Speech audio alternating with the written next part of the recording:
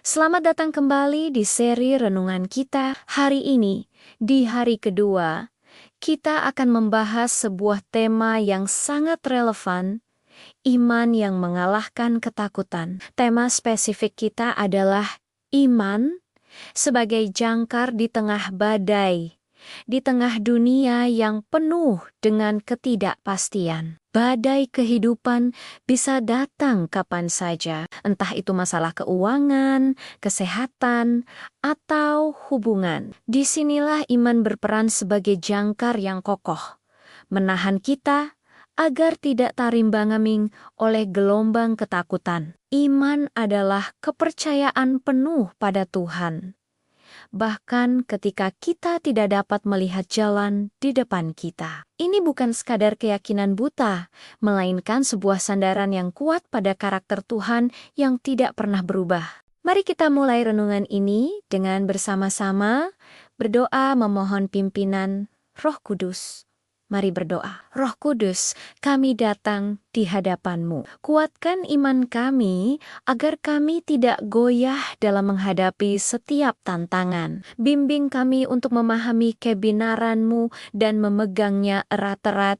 Dalam nama Yesus, amin. Dasar dari pembahasan kita hari ini adalah sebuah ayat yang sangat fundamental tentang iman. Mari kita buka Ibrani 11 ayat 1 yang berbunyi, iman adalah dasar dari segala sesuatu yang kita harapkan dan bukti dari segala sesuatu yang tidak kita lihat.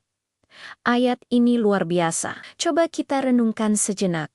Iman bukanlah angan-angan kosong. Ibrani 11 menggambarkannya sebagai dasar atau fondasi. Bayangkan sebuah bangunan, fondasinya harus kuat agar bangunan itu bisa berdiri tegak. Demikian pula, iman adalah fondasi dari semua harapan kita di dalam Kristus. Tanpa iman, harapan kita tidak punya pijakan. Lebih jauh lagi, ayat ini mengatakan, iman adalah bukti dari segala sesuatu yang tidak kita lihat. Ini terdengar seperti paradoks, bukan? Bagaimana sesuatu yang tidak terlihat bisa memiliki bukti? Inilah keajaiban iman. Iman memberi kita keyakinan yang begitu kuat akan janji-janji Tuhan, seolah-olah kita sudah melihatnya terwujud. Padahal secara fisik belum terjadi. Pandangan teologisnya, iman bukanlah sesuatu yang kita hasilkan dari kekuatan kita sendiri. Iman adalah anugerah Tuhan. Efesus 2 ayat 8-9 mengingatkan kita bahwa kita diselamatkan oleh kasih karunia melalui iman. Dan itu bukan hasil usaha kita, tetapi pemberian Allah.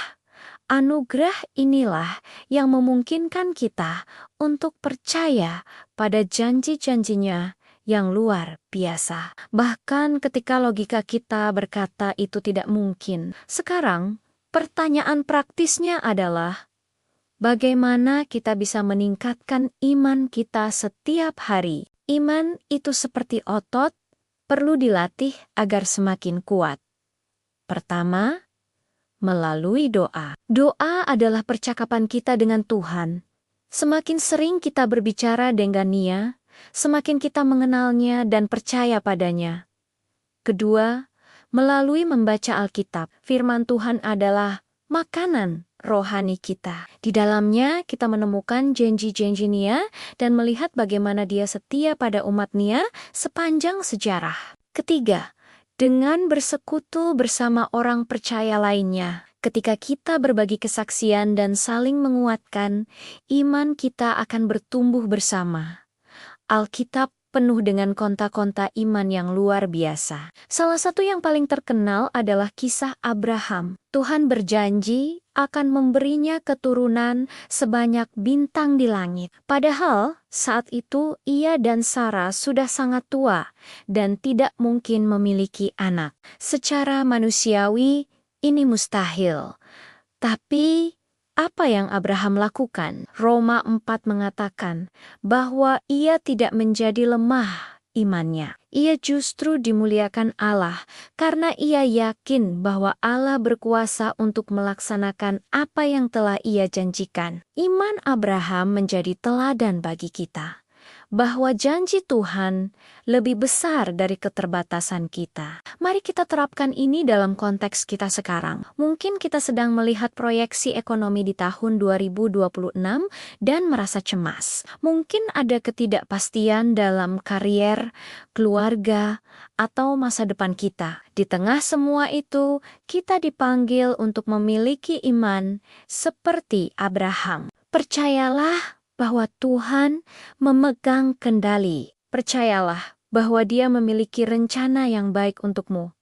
Bahkan jika jalan di depan terlihat berkabut. Iman tidak meniadakan badai, tetapi iman memberi kita kekuatan untuk melewatinya dengan damai sejahtera yang melampaui segala akal. Sebagai kesimpulan, iman adalah kunci untuk mengatasi ketakutan dan meraih janji Tuhan. Ketakutan berfokus pada apa yang kita lihat, pada badai yang mengamuk. Iman, di sisi lain, mengalihkan fokus kita dari badai kepada Dia yang berkuasa atas badai itu. Dengan iman sebagai jangkar, kita bisa tetap tenang dan teguh. Mari kita tutup dengan doa.